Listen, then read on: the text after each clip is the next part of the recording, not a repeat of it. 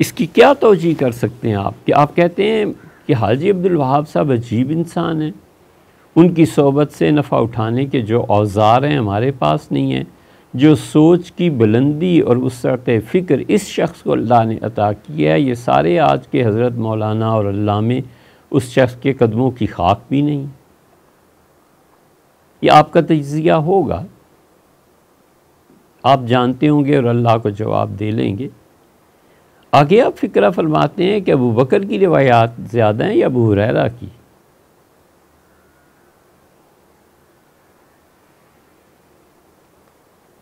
ابو بکر کی تو 100 بھی نہیں بنتی اور ابو ہریرہ کی 2200 سے اوپر ہیں روایات، اور پھر آپ ہنس رہے ہیں کہ ابو بکر پہنچ سکتے ہیں یا ابو ہریرہ؟ حاجی عبدالوہاب صاحب کو آپ سیدنا ابو بکر رضی اللہ عنہ سے تشبیہ دے رہے ہیں، اور ابو ہریرہ رضی اللہ عنہ کو آپ حاجی عبدالوہاب صاحب سے بھی کم پہ لا رہے ہیں، اور اس طرح آپ ذکر کرتے ہیں جیسے ابو بکر، ابو ہریرہ اور آپ ایک گلی میں کھیلتے رہیں، والعیاذ باللہ۔ یہ کیا ہے؟ سیدنا صدیق اکبر رضی اللہ عنہ کی تشبیہ اور تمثیل کہنا یہ کسی طرح قابل قبول نہیں ہے۔ اب یہ لوگوں میں وتیرہ چل پڑا ہے کہ پہلا آدمی جس سے شروع کیا وہ حضور اقدس صلی اللہ علیہ وسلم پہ تھے، پھر دوسرے ابو بکر رضی اللہ عنہ تھے، پھر تیسرے خلیفہ جو آئے وہ حضرت عمر رضی اللہ عنہ تھے۔ کئی جگہ پہ ہم نے یہ دینی حلقوں میں سنا کہ ایسے ترتیب بنتی ہے، والعیاذ باللہ۔ انہیں پتہ ہی نہیں ہے کہ حضور اقدس صلی اللہ علیہ وسلم کی صرف نبوت ہی نہیں، ختم نبوت کے حامل۔ اللہ نے ایسے کیا، اس کے علم میں ہے کہ حضور اقدس صلی اللہ علیہ وسلم کے بعد کوئی نبی دنیا میں نہیں بھیجا جائے گا۔ حضرت مجدد الفسانی رحمۃ اللہ نے لکھا ہے کہ اگر ختم نبوت نہ ہو گئی ہوتی تو ہمارے زمانے کے حالات اتنے بگڑے ہوئے ہیں کہ تقاضا کرتے ہیں کہ کوئی نبی آتا۔ یہ ختم نبوت اتنی بڑی چیز ہے، اور آپ حاجی صاحب کو سیدنا ابو بکر رضی اللہ عنہ کی کمثیل ان جیسا اور ابو ہریرہ رضی اللہ عنہ سے افضل،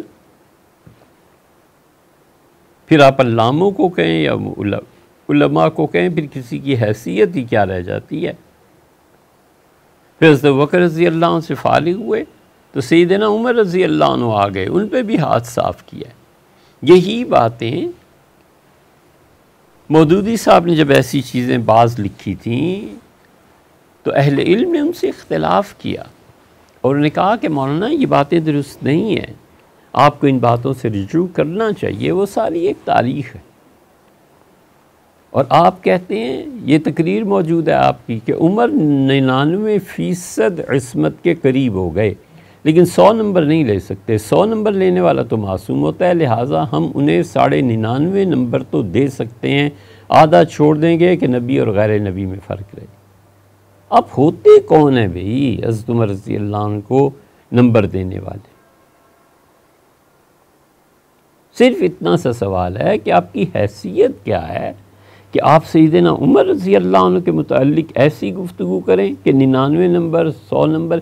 ایک آدمی کہتا ہے کہ سیدنا عمر رضی اللہ عنہ کی خلافت بالکل برحق تھی، 100% اپنی خلافت میں کامیاب رہے۔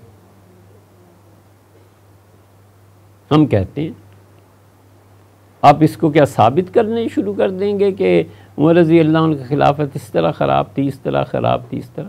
معاذ اللہ، آپ نہیں جانتے کہ حضرت عمر رضی اللہ عنہ کی خلافت 100% حضور اقدس صلی اللہ علیہ وسلم کا عملاً عکس تھا۔ حضرت عثمان رضی اللہ عنہ نے صاف کہا کہ میں عمر رضی اللہ عنہ کے کسی قدم کی مخالفت نہیں کروں گا۔ سیدنا علی رضی اللہ عنہ نے کہا کہ لوگوں، اور اپنی خلافت کی پہلی تقریر میں کہا کہ لوگوں جو گرا عمر رضی اللہ عنہ باندھ گئے میں اسے کھولوں گا نہیں، اور جو کھول گئے میں اسے باندھوں گا نہیں۔ ایک کام انہوں نے کیا یہ والا کہ حضرت معاویہ رضی اللہ عنہ کو گورنر ہونے سے ہٹانا چاہا۔ ایک کام انہوں نے معاشیات کے میدان میں بھی کیا۔ یہ 2-3 چیزوں کے علاوہ وہ حضرت عمر رضی اللہ عنہ کو اپنا آئیڈیل مانتے تھے۔